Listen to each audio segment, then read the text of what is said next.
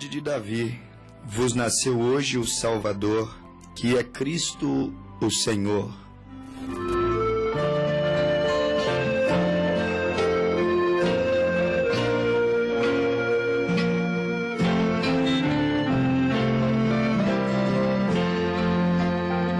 Em noite azul de estrelas cintilantes,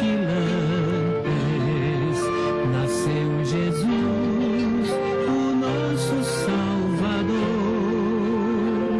Manifestou-se ali naquele instante o amor de Deus ao mundo pecador. Da manjedoura, morte no madeiro, tudo sofreu para nos salvar Jesus. A vida está no sangue do Cordeiro,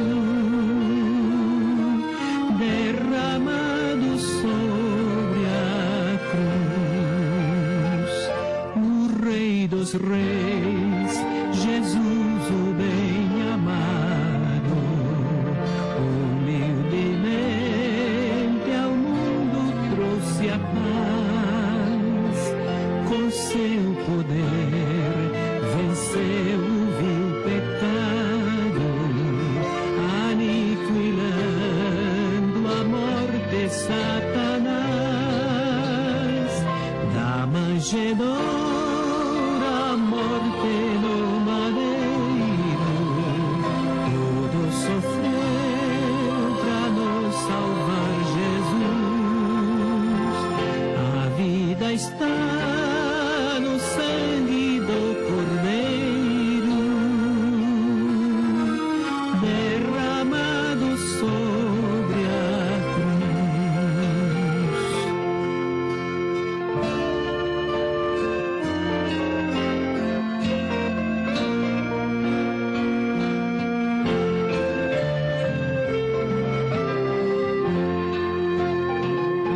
Os séculos vão, mas Cristo permanece no céu e aqui presente em oração. Mas perto está do crente a cada prece, abençoando ao frágil coração. Da manjedoura, a morte no madeiro, tudo sofreu para nos salvar Jesus. A vida está no sangue do Cordeiro, derramado sobre a cruz.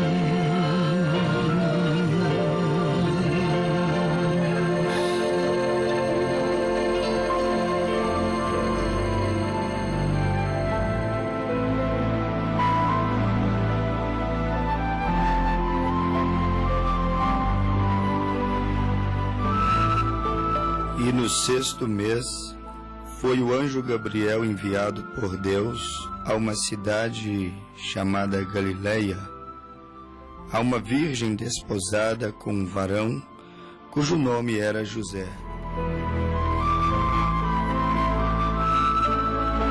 E entrando o anjo aonde ela estava, disse: Salve, agraciada és tu, o Senhor é contigo, bendita sejas tu entre as mulheres. E vendo-o, ela turbou-se muito com aquelas palavras. Disse-lhe então o anjo: Maria, não temas, porque achastes graça diante de Deus, e eis que em teu ventre conceberás e dará à luz um filho, e por-lhe-ás o nome de Jesus. São Lucas, capítulo 2, versículo 11. Pois na cidade de Davi nos nasceu hoje o Salvador, que é Cristo o Senhor. Ele nasceu o Cristo. É o que está escrito no livro de São Lucas, capítulo 2, versículo 11. Na cidade de Davi vos nasceu hoje o Salvador, que é Cristo o Senhor. Ele nasceu Senhor. Ele nasceu o Cristo. E 8 dias depois, como de costume em Israel, ele foi circuncidado, foi levado a um lugar e ali foi circuncidado, registrado, e ali ele foi chamado Jesus, como o anjo já havia dito à Virgem. É como um homem comum, natural, quando nasce aqui. Ele nasce e logo ele é levado a um cartório e é registrado, lhe é dado um nome. Mas ele já nasce na família.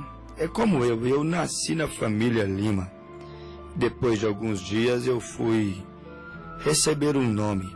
Me deram o nome de Bruno. Assim também foi Cristo. Ele nasceu, São Lucas 2,11, já sendo chamado o Cristo e o Salvador. Ele já nasceu de acordo com o livro do profeta Isaías, capítulo 7, versículo 14.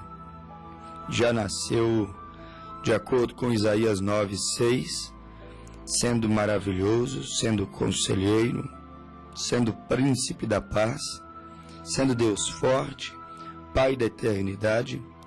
Tudo aquilo o profeta Isaías havia dito que ele era.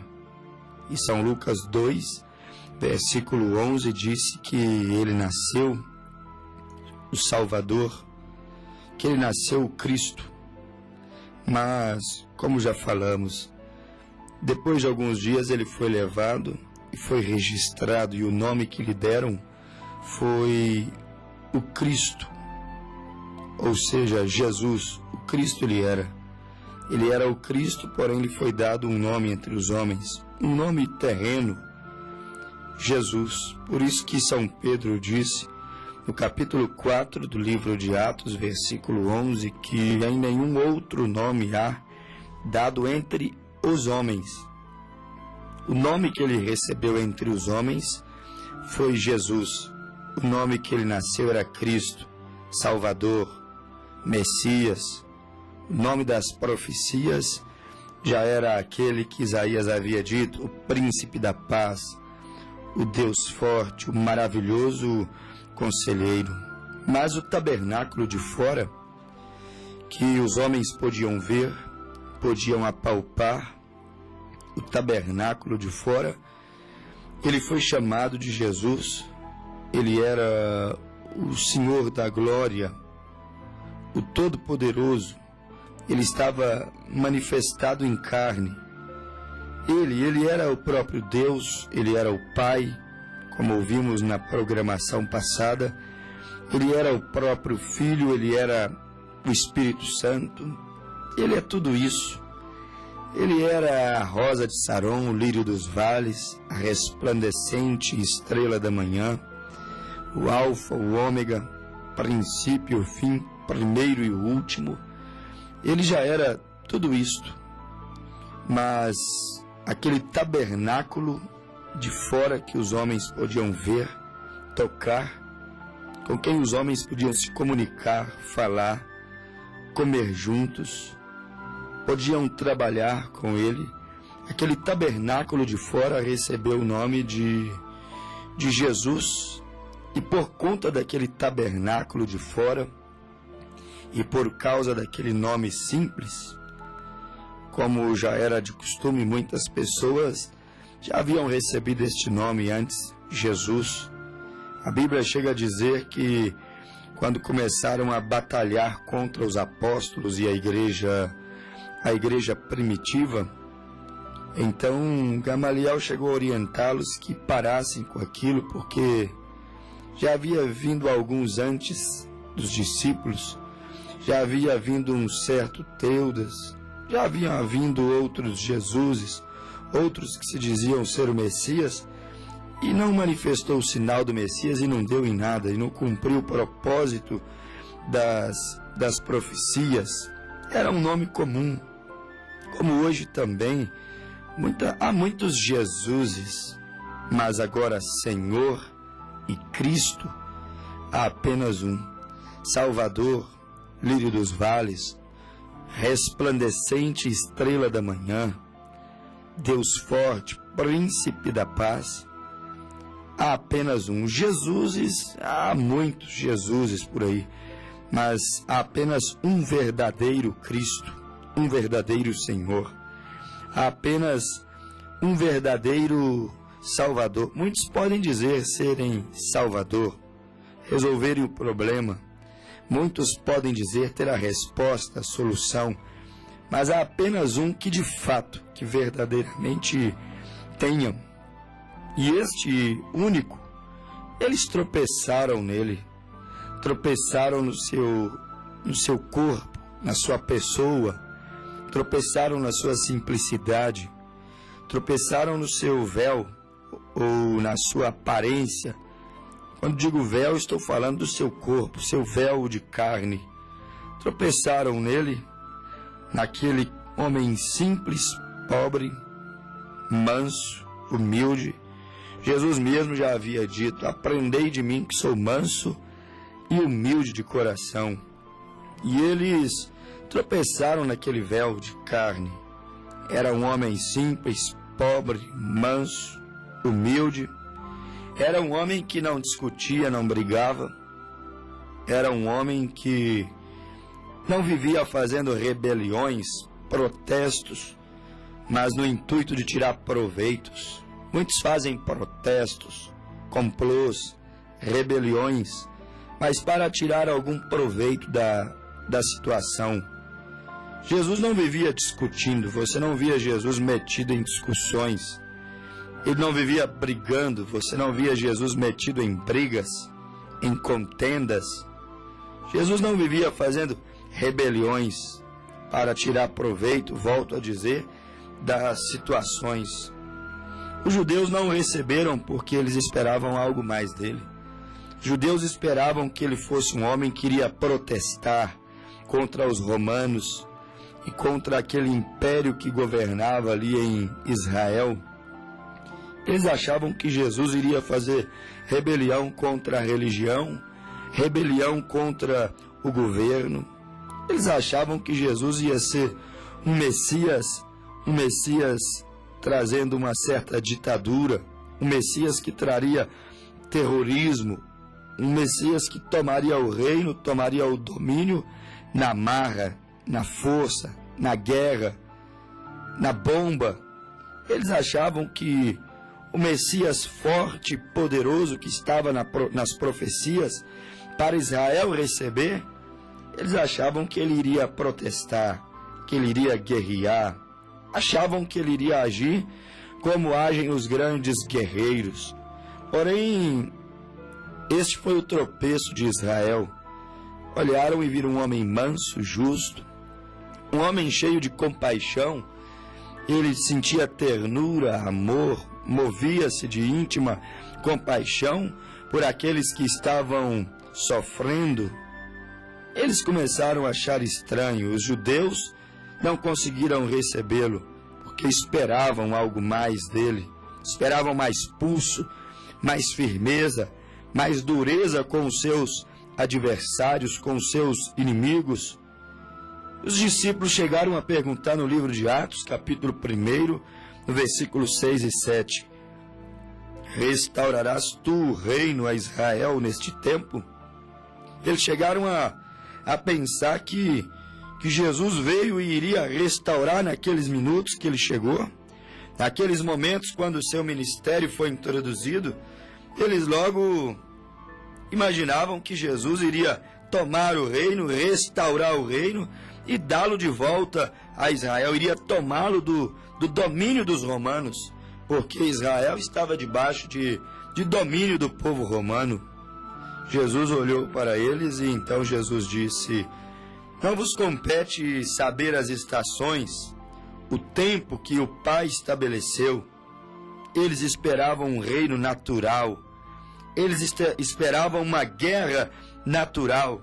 Eles esperavam uma batalha da carne, um derramamento de sangue. Mas você encontra a Bíblia falando que a nossa batalha não é contra a carne nem contra o sangue. Pedro pensou que era contra a carne e o sangue e arrancou a orelha do soldado. Jesus disse: se eu quisesse, eu agora mesmo daria ordem, e há uma legião de anjos que me defenderia.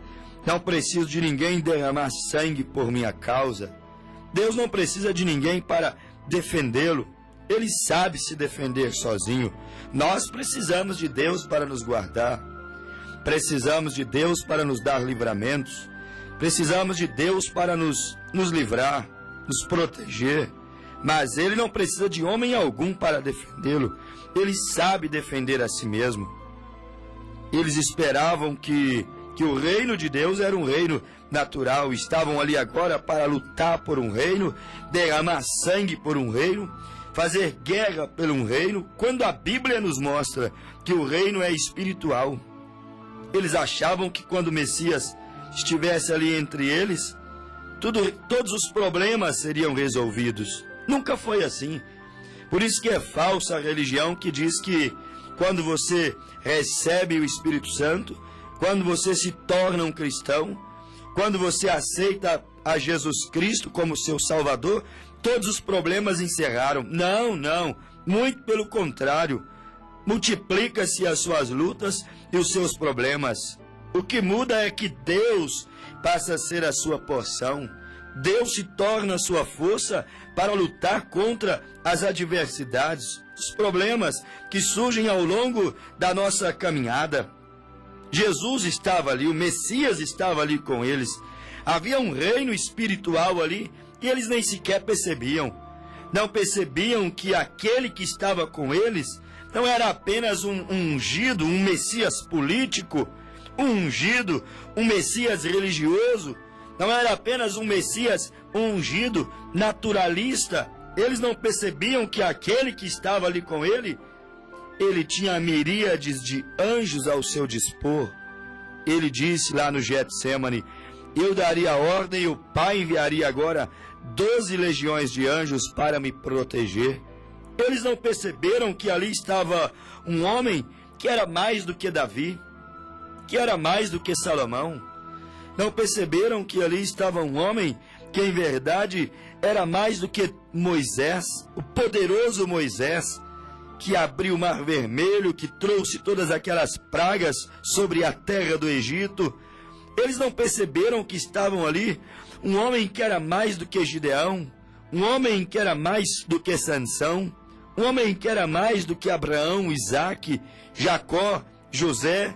Não perceberam que estava ali um homem que era mais do que João Batista. E o próprio havia dito que os nascidos de mulher, ninguém era maior do que João Batista. Mas ali estava alguém maior do que João Batista. O precursado sempre é maior do que o precursor. O Senhor sempre é maior do que o servo. É o que está escrito no livro de São João. A Bíblia disse: é o servo maior do que o seu Senhor? E se eu, Senhor e Mestre, vos lavei os pés, vós deveis também lavar os pés uns aos outros. Ali estava aquele que era maior, o Senhor. Ali estava aquele que é maior, aquele que foi precursado por João Batista. No entanto, eles não estavam percebendo que ele era o reino de Deus, que ele era a solução de todos os problemas. A solução dos problemas, eles pensavam que era Jesus chegar e destronar a César, e destronar a Pôncio Pilatos, e então tirar os tetrarcas daquele dia, e dispensar o governador. Eles pensavam que a solução do problema era Jesus chegar e destronar a religião milenar que já estava ali, que tinha o seu sumo sacerdote e o seu sacerdote, Anás e Caifás, que predominavam ali naqueles dias. Eles achavam que resolver o problema era acabar com os príncipes, os escribas, mas o que resolve o problema não é acabar com a política, que resolve o problema não é demitir Pôncio Pilatos, não é demitir César, não é demitir o governador. O que acaba com o problema não é mais uma nova guerra, não é mais uma nova rebelião, não é mais um novo protesto, mas o que acaba com o problema é uma mudança de coração. E ali estava ele para mudar mentalidades, e ali estava ele para mudar corações. Um homem muda quando seu coração é mudado. Um homem muda quando a sua mente é mudada, quando o seu conceito é mudado. Uma nação muda quando o conceito, o coração, a mente daqueles que lideram aquela nação é mudado. Não quando trocamos de partido ou quando trocamos de governo. Não. O homem muda, então sua casa muda. O governo muda o seu coração, sua mentalidade. Então aquela nação ela muda, ela cresce, ela dá passos, ela começa a andar. Um homem muda quando na verdade Deus é entronizado dentro do seu coração. E eles não entendiam isso, que Jesus Cristo veio não para sentar na cadeira de Pilatos ou na cadeira de César. Jesus não veio para compor o Senado, Jesus não veio para assentar na cadeira da presidência da República, se fosse o caso naqueles dias. Mas Jesus veio para entrar dentro do coração do ser humano. E hoje os homens brigam pelo poder, e hoje as igrejas disputam em colocar um alto número de deputados, de senadores e de representantes na política. Tomemos Jesus como uma lição. Jesus não veio naqueles dias para sentar na cadeira de Pilatos ou para colocar assessores à volta de Pilatos. Não foi para isso que Jesus veio. Ele veio, diz a Bíblia, para buscar e salvar aqueles que se haviam perdido. Ele veio para transformar aquelas almas que estavam indo para o inferno. Ele veio para libertar dos vícios. Ele veio para libertar do pecado aqueles que estavam oprimidos pelo seu grande rival. Aqueles que estavam oprimidos pelo seu opositor, pelo seu inimigo. Por aquele que sempre viveu confrontando-o, duelando contra ele desde a eternidade. Ele veio para trazer uma libertação. Mas os discípulos não entendiam isso. Esperavam um reino natural. Quando o Messias estava ali, com um reino espiritual, eles não estavam entendendo a mensagem da hora, como muitos de nós, ou muitos em nossos dias, não estamos entendendo o foco do cristianismo, o objetivo, o propósito. Não estamos captando a visão. Não estamos vendo que ele é mais do que política. Não estamos vendo que ele é mais do que religião.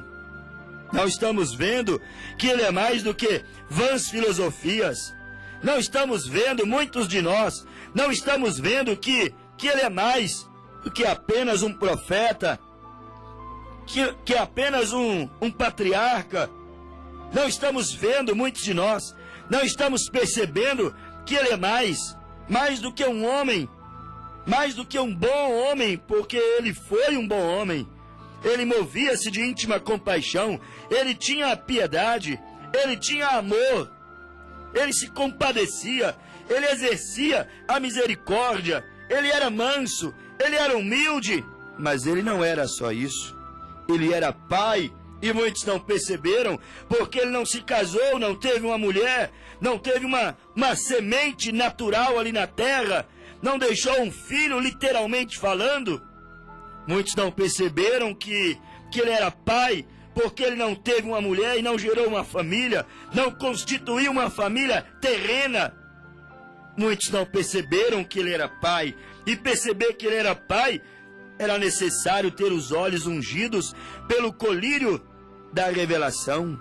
Era necessário ser tomado pelo Espírito de Deus, como Pedro foi tomado pelo Espírito de Deus e percebeu que ele era mais do que filho, mais do que um homem nascido de mulher. Ele era pai também, por isso Pedro batizou no nome do Pai, percebeu que ele era pai.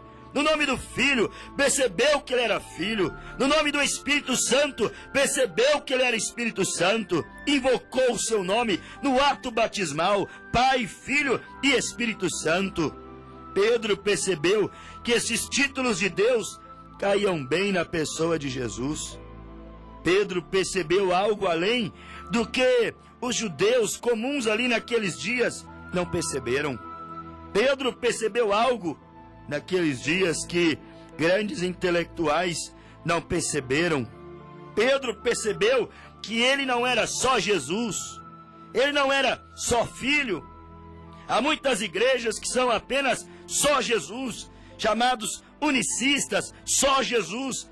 Mas Pedro viu que ele não era só Jesus, ele era Senhor, e Senhor é o próprio Jeová do Velho Testamento. Pedro percebeu que ele era Espírito Santo, ou seja, aquele que viria e habitaria no coração do crente. Por isso que a Bíblia diz que Paulo rebatizou os convertidos de João em Atos capítulo 19 e impôs as mãos sobre eles e foram cheios do Espírito Santo, porque Jesus não era só Filho ou só Jesus, mas era Senhor, Pai, mas também era Espírito Santo, ele era Cristo, ele era ungido, que tem que habitar no coração do crente, senão ele nunca dará frutos de uma verdadeira vida cristã. Agora, quando ele desce e habita no coração do crente, com certeza ele dá fruto de uma verdadeira vida cristã. Eles tropeçaram nele, acharam que ele tinha um reino natural, se assentaria no palácio de Pilatos, destronaria César, demitiria os governadores. Eles tropeçaram nele, não perceberam que ele era muito mais do que Pôncio Pilatos, muito mais do que um presidente, muito mais do que um tetrarca, muito mais do que um governador. Eles não perceberam que o Messias teria um atributo eterno, uma missão eterna, um trono eterno. Aqui tudo passa, aqui os bens terrenos passam, aqui os encantos e tesouros, eles são comidos com o passar do tempo. Aqui um homem é rei hoje, amanhã ele volta ao pó. Aqui um homem é uma grande personalidade, se torna um ícone, é idolatrado hoje, faz história, entra para os livros, entra para os livros dos recordes, entra para a história humana aqui nessa terra. Mas Salomão diz que daqui a pouco ele volta ao pó e não mais há lembrança dele. Ora, meu caro ouvinte, eles não perceberam que Jesus era mais do que um homem que viria apenas para fazer história, apenas para entrar para o livro do recorde, como o homem que mais curou doentes, que mais ajudou os pobres. Eles não conseguiram perceber que ele era mais do que um homem que veio para fazer história. Sim, veio para fazer história também, porque faz 2000 anos que é falado acerca dele, mas ele veio para fazer muito mais do que história. Ele veio para perpetuar-se, ele veio para se eternizar no poder, ele veio para, em seu tempo certo, materializar este reino que hoje é espiritual. Hoje seu reino não tem aparência visível, porque é o homem que está governando, é o homem que está liderando, é o homem que está ditando as regras. Mas, meu caro ouvinte, logo logo este reino que hoje é espiritual, ele irá se materializar ao seu tempo certo, porque Jesus disse em Atos capítulo 1, versículo de número 6, não convém vocês saberem as estações e os tempos determinados pelo Pai, para que eu tome o reinado, para que eu tome a direção desta terra, para que eu assuma aos governos mundiais dessa terra. Não vos compete saber o dia e a hora quando eu irei ser entronizado e governarei para sempre, de eternidade a eternidade. Hoje meu reino não tem aparência visível.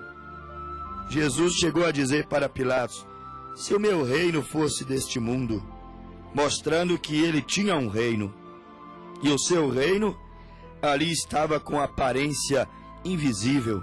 Os homens de mente natural jamais poderiam perceber que ele era aquele que não apenas veio com algumas filosofias, mas que ele veio com seus cabelos brancos como a lã branca.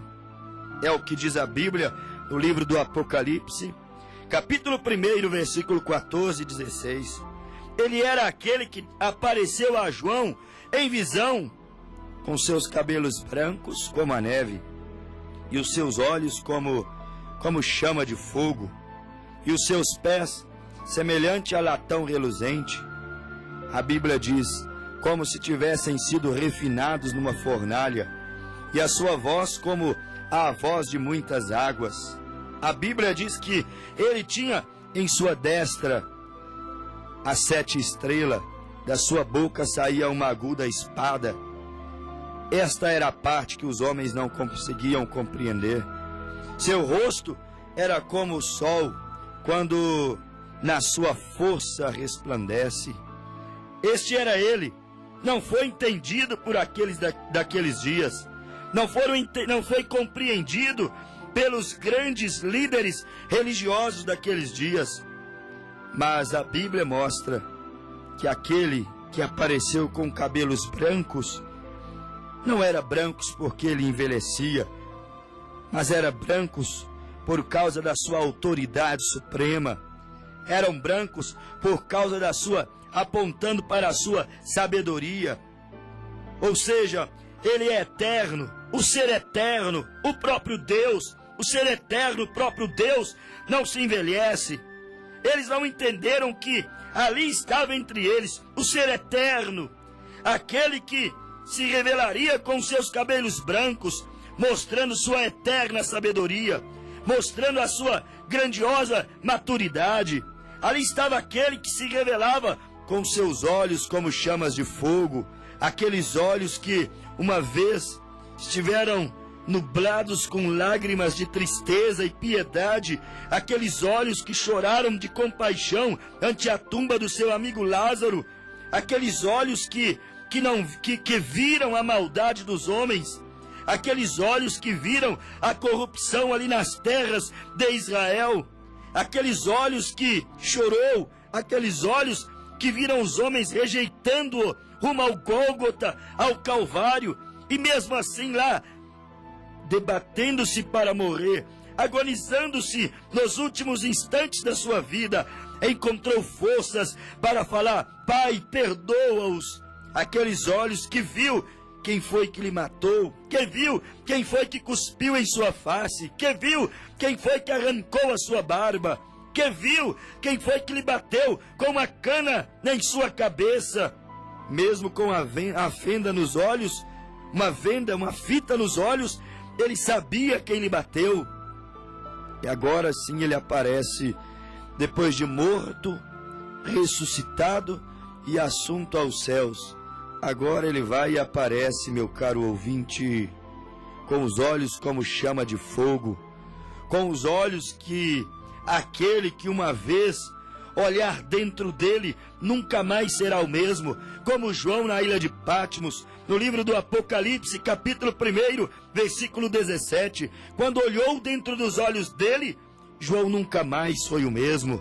João começou a chorar, João caiu aos seus pés como morto, porque duvido quem é o homem que olhar para Jesus, que olhar com sinceridade, lançar o olhar verdadeiro em busca de salvação, em busca de vida eterna, para a sua palavra, para Ele. Eu duvido quem é aquele que olhar para aqueles olhos com chama de fogo e permanecerá sendo o mesmo. Duvido qual é aquele que abriria o seu coração para aquele que tem os olhos como chamas de fogo e a sua vida não seria transformada, não seria mudada. Eles não entenderam que aquele véu de carne, que aquele homem simples, dos pés empoeirados, que comia pão e peixe, bebia mel com aqueles pobres discípulos pescadores, eles não entenderam que ele era o mesmo ser eterno, que apareceria a João com cabelos brancos, maturidade, autoridade suprema para julgar toda a humanidade, olhos como chama de fogo, olhos transformadores, olhos que transformaram a Maria Madalena quando olhou dentro dos seus olhos, que transformou a mulher samaritana no poço quando olhou dentro dos seus olhos. Eles tropeçaram naquele véu de carne. Não viram fogo nos seus olhos, mas havia fogo transformador. Não viram seus cabelos brancos, mas ainda assim ele era a autoridade suprema. Mas eles tropeçaram naquele véu de carne. Todavia, era ele, era Jeová, era Deus que havia se humanizado.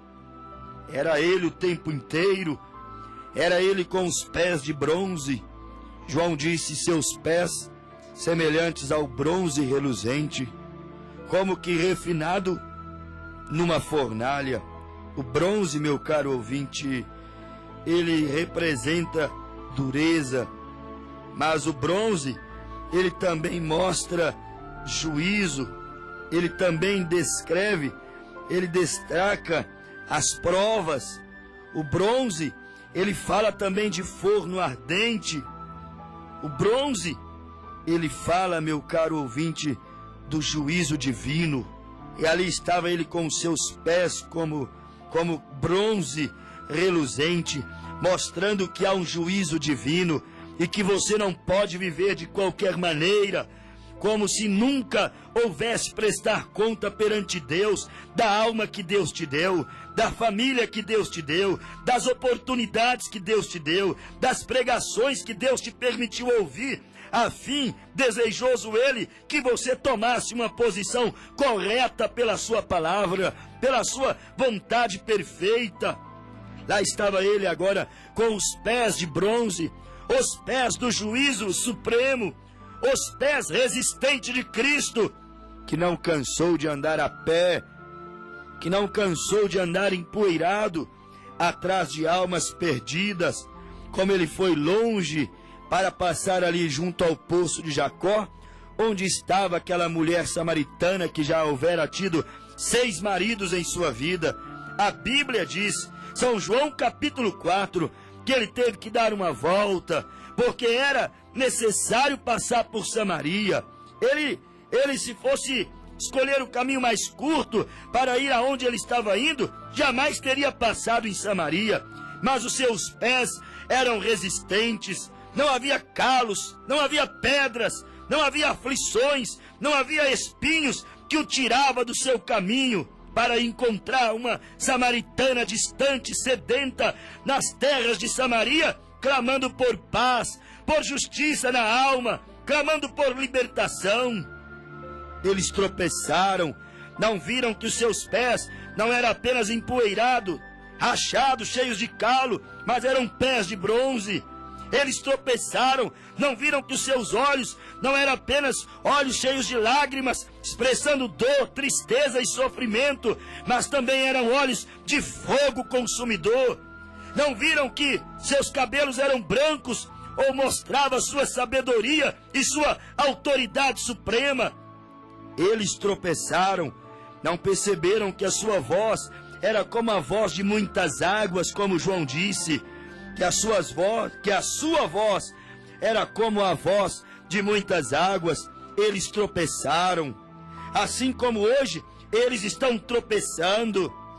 Não viram que em sua mão tinha ainda 7 dispensações para os gentios, 7 eras da igreja. Havia ainda Éfeso, Esmirna, Pérgamo, Tiatira, Sardes, Filadélfia e Laodiceia, capítulos 2 e 3 de Apocalipse.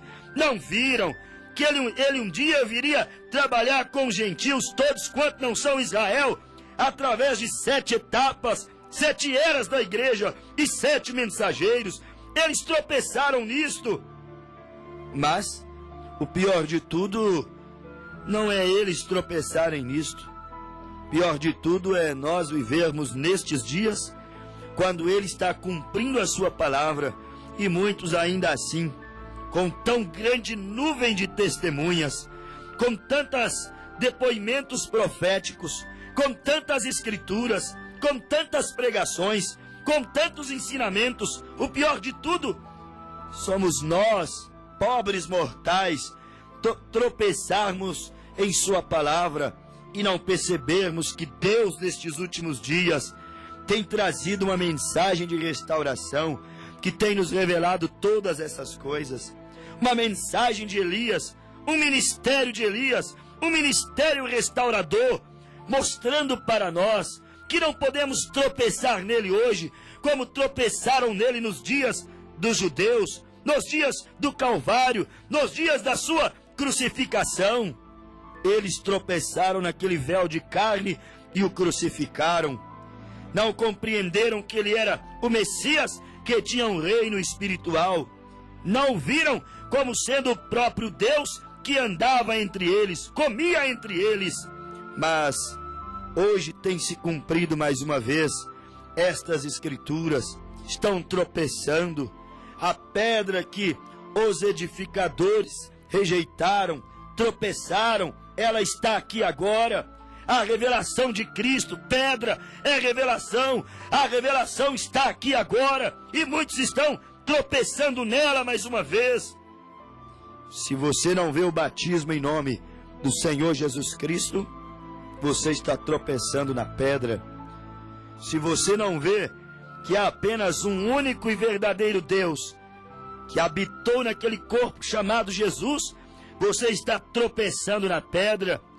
Se você, meu caro ouvinte, não vê que Deus tem enviado o ministério de Elias, uma mensagem de restauração para preparar a igreja para o arrebatamento, você está tropeçando na pedra. Você está tropeçando na revelação. Você está olhando para o rosto de Jesus, mas de maneira equivocada, de maneira errada. Você não pode olhar para o rosto dele como se ele fosse a segunda pessoa da Santíssima Trindade, mas você tem que olhar para ele como o primeiro e o último, como o Todo-Poderoso, como o grande conquistador, como o Salvador das nossas almas. Você tem que olhar para ele com o rosto como João viu, o rosto de sol. O seu rosto, João disse, era como o sol, e seu rosto era como o sol quando em sua força resplandece. Lancemos o olhar correto sobre a pessoa de nosso Senhor Jesus Cristo, senão tropeçaremos em sua palavra. Eis que vos envio o profeta Elias, antes que venha o grande e terrível dia do Senhor.